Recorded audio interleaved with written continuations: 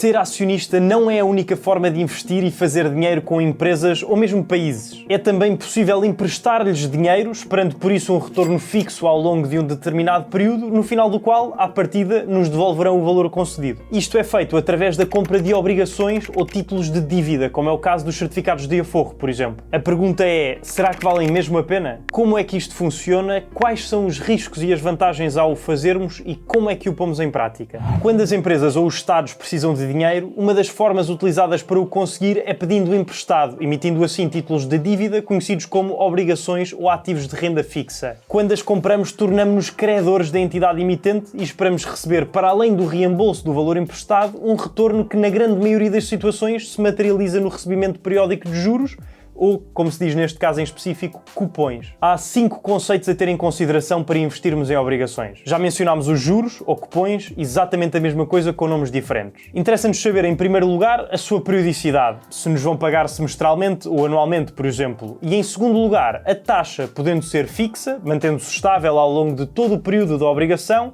variável com base no indexante, como as taxas Euribor, ou até inexistente, como acontece nas obrigações de cupom zero. O terceiro é o preço de emissão, correspondente ao valor que o emitente originalmente atribuiu ao título. Segue-se a maturidade, podendo ir de meses a anos, determinando o fim do período do empréstimo. Normalmente, quanto maior for, maior é a taxa de juros. Por fim, o valor nominal, valor facial ou valor ao par ou principal. Tudo nomes para o mesmo, o valor da obrigação na sua maturidade. Já falamos melhor sobre isto. São as diversas combinações destas e outras características que dão origem aos vários tipos de títulos de dívida. As mais comuns são as ordinárias, que pagam juros fixos periódicos e que devolvem um montante emprestado na sua maturidade, sendo normalmente emitidas a par, ou seja, com um preço de emissão igual ao seu valor nominal. Outras são as com cupom zero, as tais que não pagam juros. São emitidas abaixo de par, como quem diz, com um preço de emissão inferior ao valor nominal, para que o credor usufrua de um retorno na maturidade correspondente a esta diferença. E as obrigações convertíveis, que dão a possibilidade de, tal como o nome indica, converter o título de dívida em ações da empresa, em contrapartida de uma taxa de juros inferior. No que toca à negociação, as obrigações são, na grande maioria das vezes, transacionadas inicialmente no mercado primário. Isto significa que quem as compra fala diretamente a uma entidade emitente pelo preço de emissão definida pela mesma, normalmente igual ao valor nominal. Exemplo concreto. A SIC, em 2021, precisou de dinheiro emprestado. Emitiu obrigações com um preço de emissão de 30 euros, um cupão de 3,95% pago semestralmente,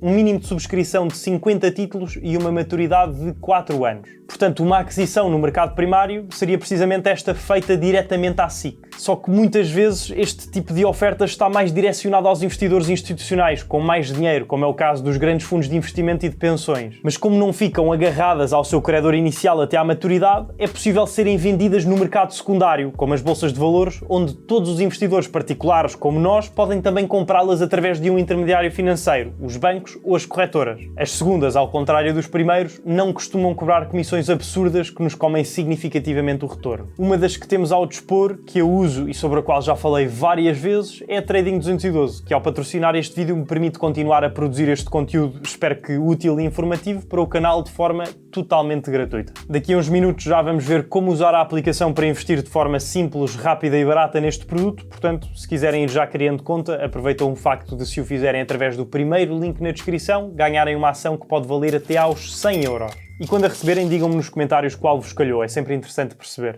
A grande diferença ocorrente de quando as obrigações chegam ao mercado secundário é o facto do seu preço passar a estar sujeito às condições de mercado e, como tal, ir saltando consoante a oferta e a procura. Pode ficar acima do valor nominal, sendo transacionada a prémio, como se costuma dizer, ou abaixo, a desconto. E os principais fatores que influenciam as alterações de preço das obrigações são, como seria de esperar, as taxas de juros. Para percebermos melhor esta relação, o mais fácil é utilizar um exemplo. Imaginemos que há uns meses tínhamos comprado uma obrigação em mercado primário por 100 euros, a par, com um cupom fixo de 3% ao ano e maturidade de 5 anos. Desde o momento da nossa compra, as taxas de juros começaram a subir e estão neste momento a 3,5%. Isto significa que a nossa obrigação, chamemos-lhe X, passou a ser menos atrativa, porque o novo produto concorrente Y, com a mesma maturidade, o mesmo valor nominal e o mesmo risco, sendo da mesma empresa, por exemplo, está a ser remunerada à taxa de juros corrente de 3,5%, enquanto nós apenas estamos a ganhar 3%. Dada esta situação, como não podemos fazer nada ao cupão,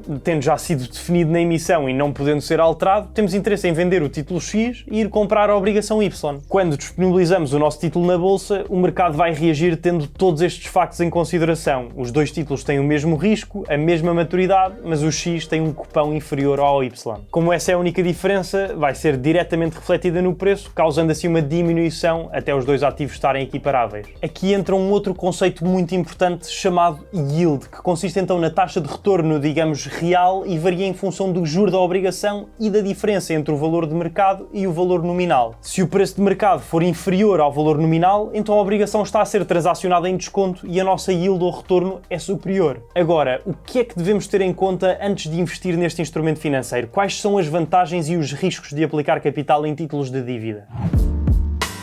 A primeira coisa que me vem à cabeça quando penso em emprestar dinheiro a outra pessoa ou entidade é a sua capacidade de pagamento e o risco de incumprimento, que podem mudar por completo o panorama do meu investimento. Devo relembrar-vos que nada disto deve ser tido em conta como uma recomendação de investimento, não sou consultor financeiro. No caso das obrigações, um ponto positivo é existirem as chamadas agências de rating, como a Standard & Poor's, a Moody's e a Fitch, que têm como principal objetivo categorizar a qualidade das obrigações das várias entidades numa escala, tendo por base não só o seu histórico de pagamentos, como também as suas condições financeiras atuais. Olhar para as notações atribuídas, numa escala de Prime, normalmente classificadas com AAA, a Default, com nota D, permite-nos identificar previamente o nível de risco de crédito esperado para os vários emitentes que possamos estar a considerar. Na teoria, quanto mais alto for o rating, menor a probabilidade de incumprimento. No entanto, tal como nas ações, o trade-off entre risco e retorno existe. E se por um lado uma obrigação ter um emitente com um bom rating de crédito é bom porque dá segurança, também pode ser mau porque diminui a taxa de juros. A nossa escolha vai depender, como sempre, da tolerância que temos ao risco e do retorno que desejamos atingir. Para além desta potencial debilidade do emitente, outro dos riscos principais deste tipo de ativo é o da taxa de juros, que, como já vimos, pode fazer variar significativamente o valor da nossa obrigação. A somar a ambos o risco de inflação existente quando a taxa de inflação ultrapassa a taxa de retorno, provocando em última instância uma diminuição do poder de compra do credor. Para contrabalançar isto, há três grandes vantagens. A mais relevante é a possibilidade de recebermos um rendimento fixo e estável através dos cupões.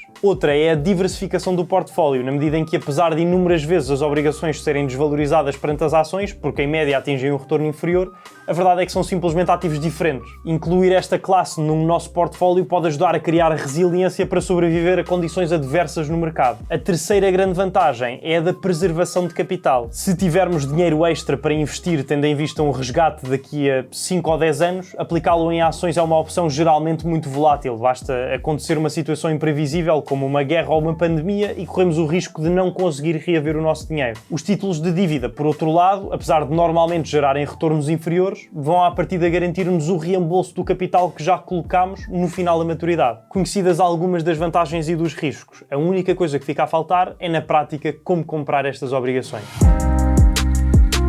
Como vimos, existem vários títulos de dívida à nossa disposição. As obrigações e os bilhetes do Tesouro, emitidos pela República Portuguesa, as Treasuries dos Estados Unidos e ainda uma panóplia de outras emitidas pelas empresas portuguesas e estrangeiras. Claro que conhecer a fundo todas estas opções em particular pode ser extremamente complexo e vai sempre demorar o seu tempo. Portanto, hoje, para simplificar, vamos olhar unicamente para os ETFs, ou fundos cotados em bolsa constituídos por obrigações. Falei em detalhe sobre estes ETFs num outro vídeo publicado há uns meses, mas de forma muito simples são um ativo cotado em bolsa composto por vários títulos diferentes. Poderão eventualmente ser um ótimo primeiro contacto com o mercado das obrigações porque têm maior liquidez, ou seja, são mais fáceis de vender e comprar do que os títulos individuais, maior diversificação, porque são compostos por dezenas ou centenas de obrigações diferentes com características dispares e, por consequência, um menor risco. O primeiro passo para os transacionarmos é, como falámos há pouco, abrir conta numa corretora. Se o quisermos fazer sem pagar comissões de custódia, de intermediação, de levantamento e muitas outras que são habituais dos bancos tradicionais, a Trading 212 é uma boa alternativa. Para isso, basta clicarem no primeiro link da descrição, preencherem alguns dados pessoais e esperarem pela aprovação da conta. Lembrando, claro, que se o fizerem agora, podem receber uma ação com um valor até aos 100 euros. Depois de a termos ativa e serem depositados fundos, podemos então procurar os ETFs a incluir no nosso portfólio. Fazemos-lo ao abrir a aplicação,